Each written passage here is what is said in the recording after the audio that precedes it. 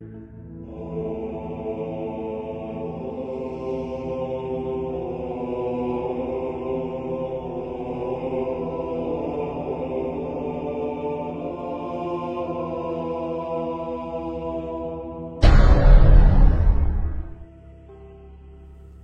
ko magsimula, magpapasalamat muna ako sa mga lahing babaylan members ko na sila Ma'am Baby Saralyn Armado, Sir John Gutang, Ma'am Michelle Cedron, Ma'am Roslyn Arante, Ma'am Aubrey Delgado, Sir Anton Tuazon, Ominous Cookie.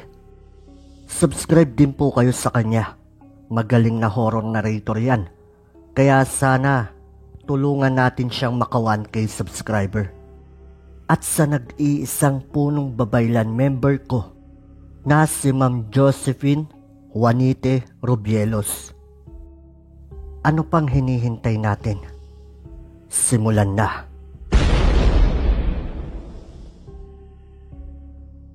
Ang kwentong ito ay mula sa ating tagapakinig na si Hiner Kambongan. Karanasan niya ito mismo. Nangyari noong 1981 sa lugar ng Maasin, Iloilo.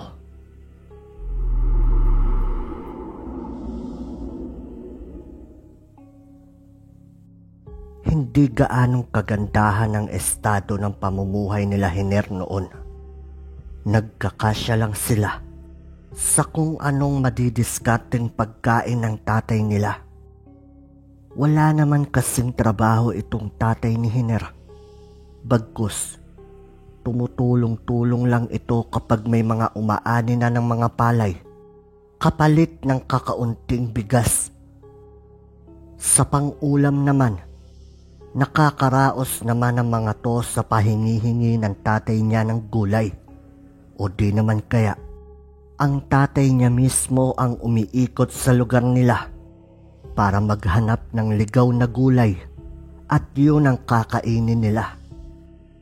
Kaya naman sa edad na 12, tumutulong na din siya sa tatay niya na maghanap ng makakain nila.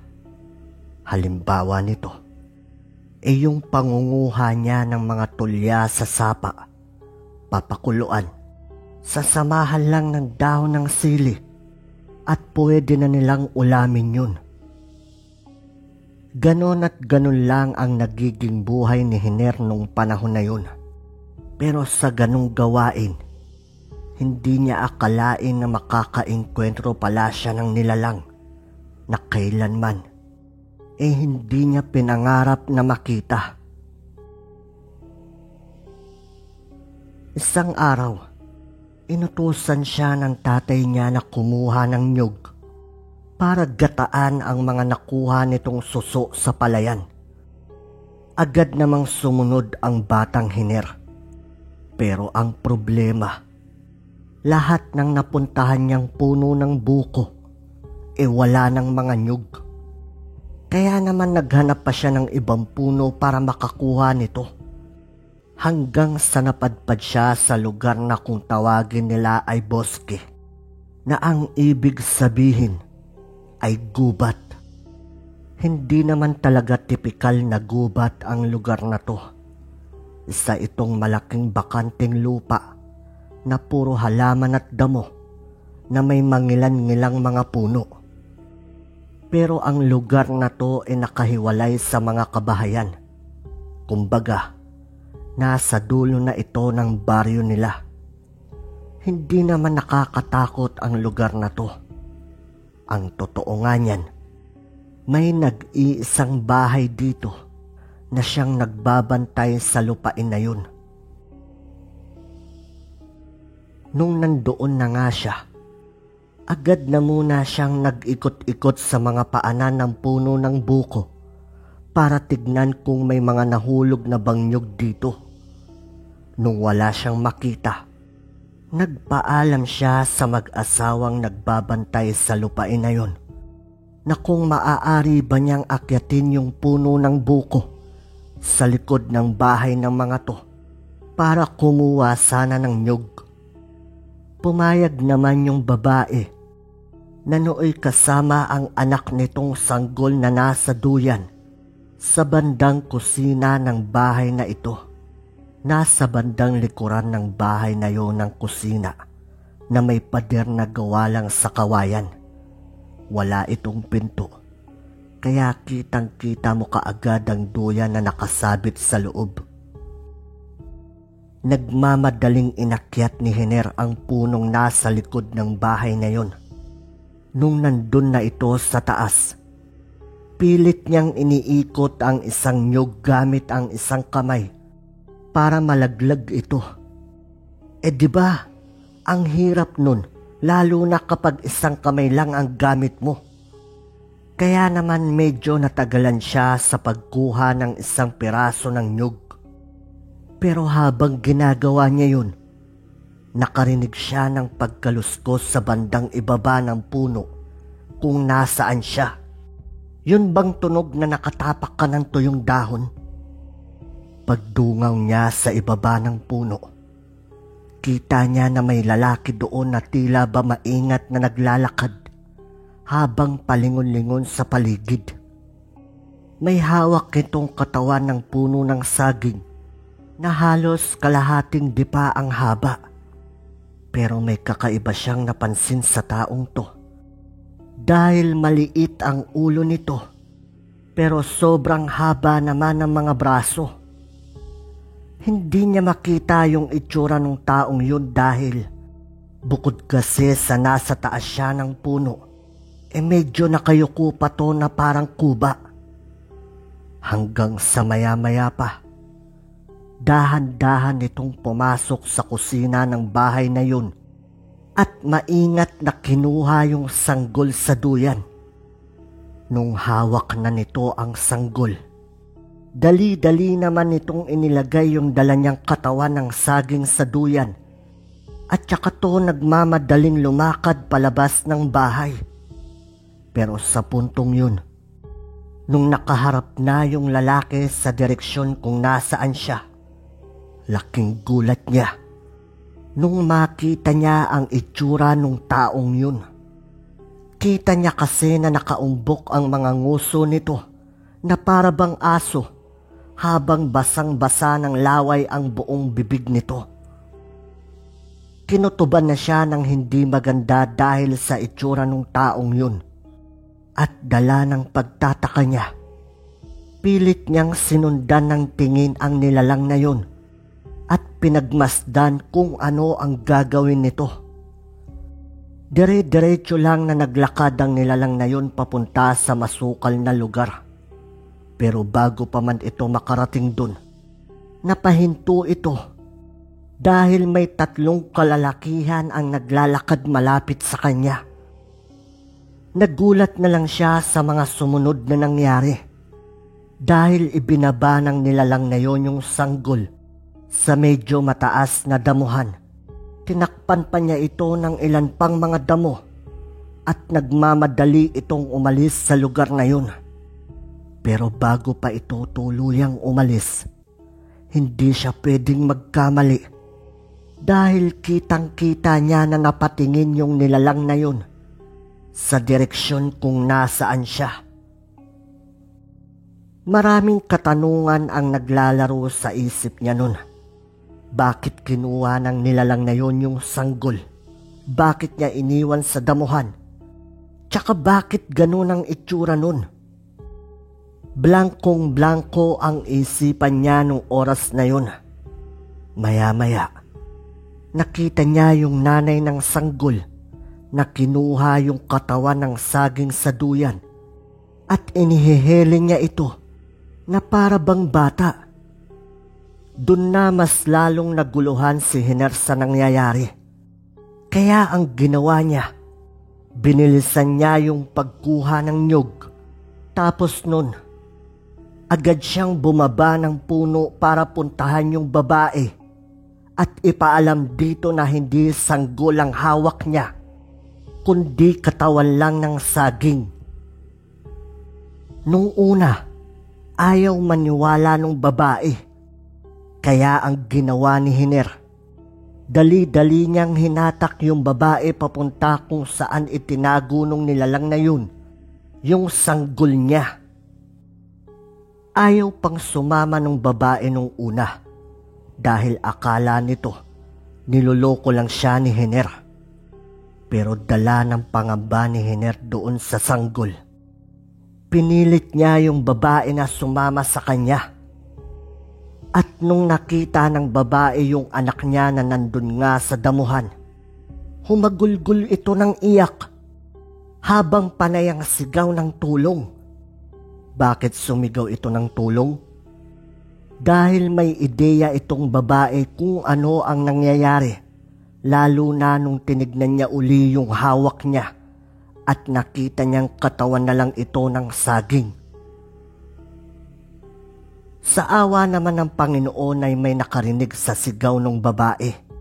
Ito yung 3 kalalakihan na kanina lang ay dumaan malapit dun. Nung nandun na yung 3 lalaki, agad ikinuwento ng babae ang nangyari. Dagdag pa ang mga ikinuwento ni Hiner. At doon, sa unang pagkakataon, narinig ni Hiner ang salitang aswang nung sinabi ng isang lalaki na, "Ha? Kailangang sabihan ng buong baryo. May gumagalang aswang dito sa lugar natin." Sabay tingin nung lalaking yon kay Hiner at sinabihan siya ng, "Ikaw to, umuwi ka na. Delikado ang lahat ng naninirahan dito. Kahit maliwanag pa, umaatake na sila." Sinunod naman kaagad ni Hiner ang sabi ng lalaking yun. Pag uwi niya ng bahay, ikinuwento niya kaagad sa mga magulang niya ang lahat ng nakita niya. Pero ang problema, parang hindi interesado ang magulang niya sa ikinikwento niya. Hanggang sa sumapit ang hapon, naramdaman ni Hiner na masakit ang mga kasukasuhan niya. Hindi nagtagal, nakaramdam na siya ng panglalamig. Pero hindi lang ordinaryong panglalamig yun. Dahil ang pakiramdam niya nun, nakahiga siya sa malaking yelo nang wala siyang saplot. Ganon kalamig.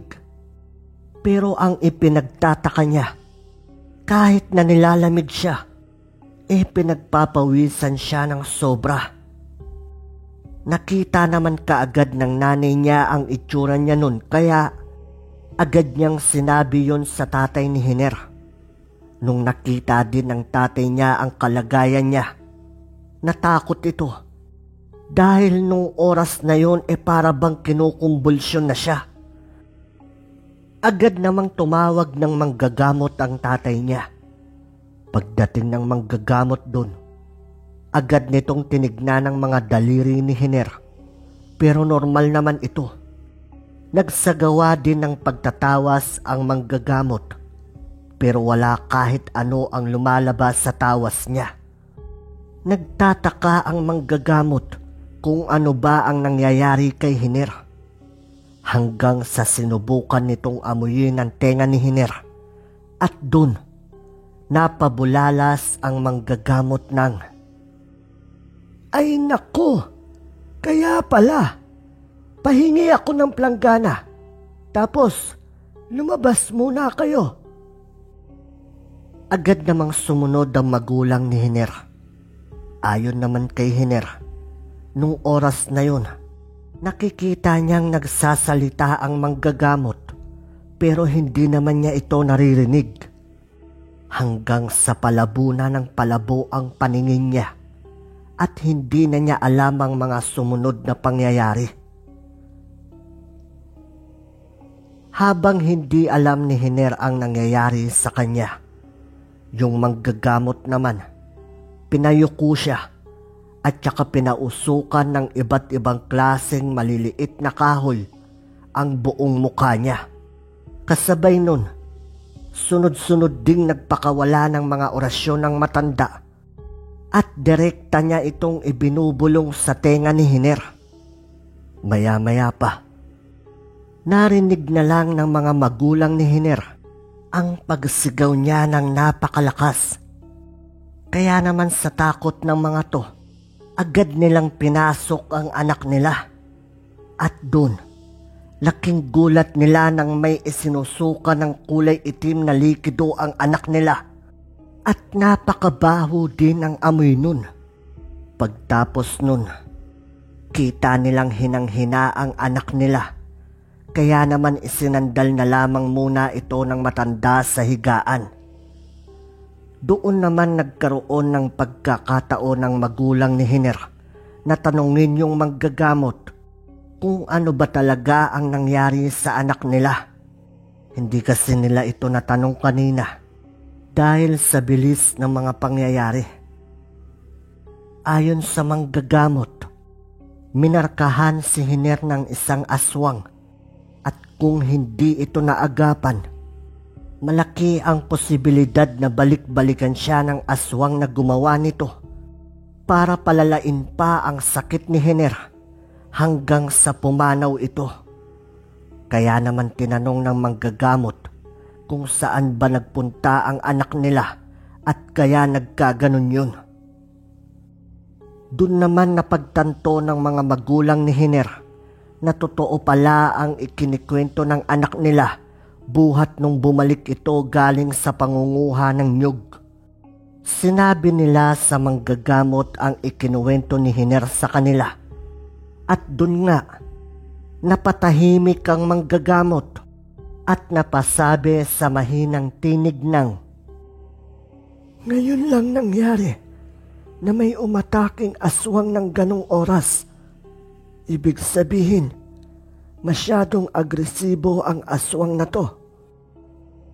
Tumingin ang manggagamot sa tatay ni Hiner at nagsabi ito ng, "Wag na wag kayong magpupunta sa mga tagong lugar tulad ng gubat o anumang lugar na walang katao-tao. Kung lalabas man kayo ng bahay, siguraduhin niyong may asin kayo sa bulsa niyo. At isa pa, sabihan niyo din ang mga kapitbahay niyo kung ano ang nangyari dito sa anak niyo upang magbigay ito ng babala sa kanila. Susubukan ko namang alamin kung saan galing ang mga aswang na yan." Maya-maya pa, narinig nilang humingi ng tubig si Hiner dahil masakit daw ang lalamunan niya. Sa puntong yun, maayos na ang pakiramdam ni Hiner. Ayon pa sa kanya, sobrang lamig daw ang pakiramdam niya kanina hanggang sa unti-unti niyang naririnig ang boses ng matanda na nag-oorasyon ito sa tenga niya at unti-unti ngang gumagaan ang pakiramdam niya. Kinumpirma sa kanya ng manggagamot na aswang ang nakita niya. At para makasiguro ang manggagamot na hindi siya babalikan ng aswang na yun, binigyan si Hiner ng isang kahoy na kung tawagin ay banaog, na kahit ultimo lapitan siya, hindi magagawa ng aswang. Naging maayos naman ang buhay ni Hiner at ng pamilya niya matapos ang pangyayaring yun. Wala na din silang naengkwentrong kahit na anong kababalaghan pa mula nun. Hinanap din siya ng mag-asawang nakatira sa tinatawag nilang boske upang magpasalamat sa kanya. Dahil kung wala si Hiner sa lugar na yun, malamang nagtagumpay ang aswang sa ginawa nitong pagpalit ng sanggol sa puno ng saging.